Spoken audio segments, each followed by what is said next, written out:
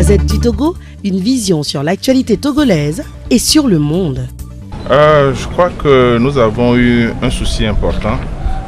C'est que quand vous voyez avec la crise sociale et politique qui persiste, il était urgent de faire une prévention en sortant un rapport sur les événements passés, de façon à ce que les uns et les autres, en voyant les chiffres, fassent attention sur les droits humains en faisant les manifestations ou en canalisant les manifestations.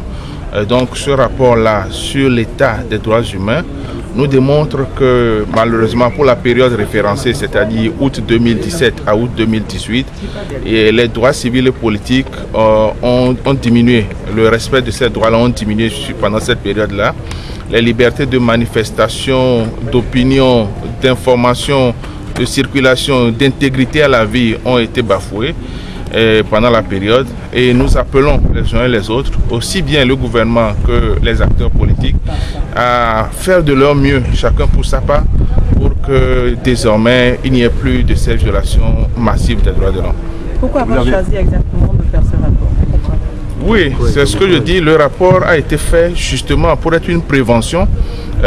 En voyant ce que ça a produit en une année, il vaut mieux montrer aux gens qu'on n'a pas intérêt à faire ça.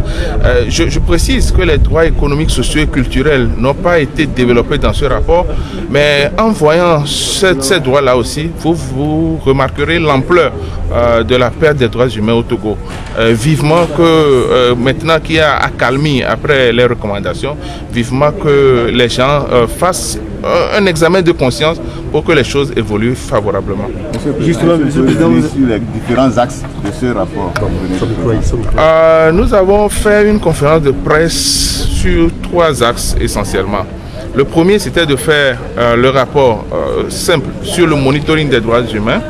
C'est ça qui relève que les droits civils et politiques n'ont pas été respectés.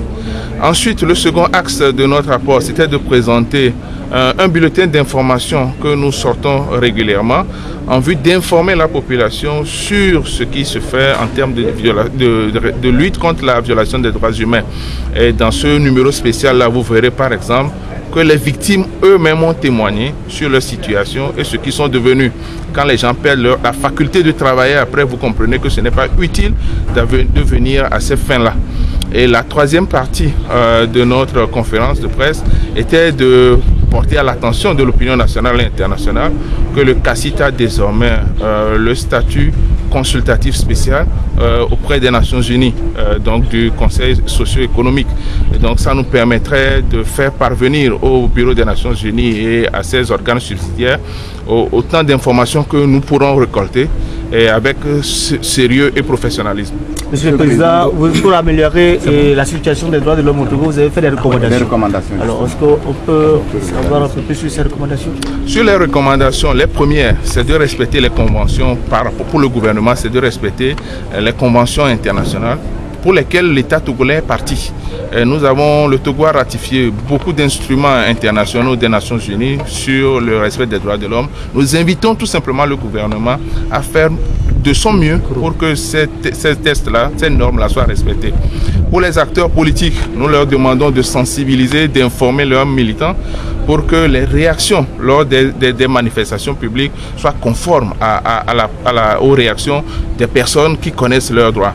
À la société civile, nous avons appelé à plus de professionnalisme et à plus d'ardeur dans le travail pour que nous ayons au Togo 0 cas de violation des droits humains, 0 corruption, 0 impunité. C'est notre rêve, c'est notre objectif, c'est notre but et nous ferons tout pour y parvenir. Voilà un peu les axes. Et à la communauté internationale, nous avons demandé un accompagnement de tout instant, un accompagnement qui ne va pas dans l'intérêt des gouvernements ou des acteurs politiques, mais un accompagnement qui va dans l'intérêt de la population togolaise.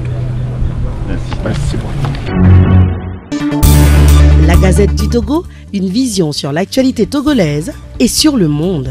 Rejoignez-nous sur le www.lagazettedutogo.com ou sur nos comptes Facebook, Twitter et YouTube. Pour tout contact, écrivez à contact@lagazettedutogo.com ou appelez le 92 80 88 53. La Gazette du Togo, c'est l'information en continu.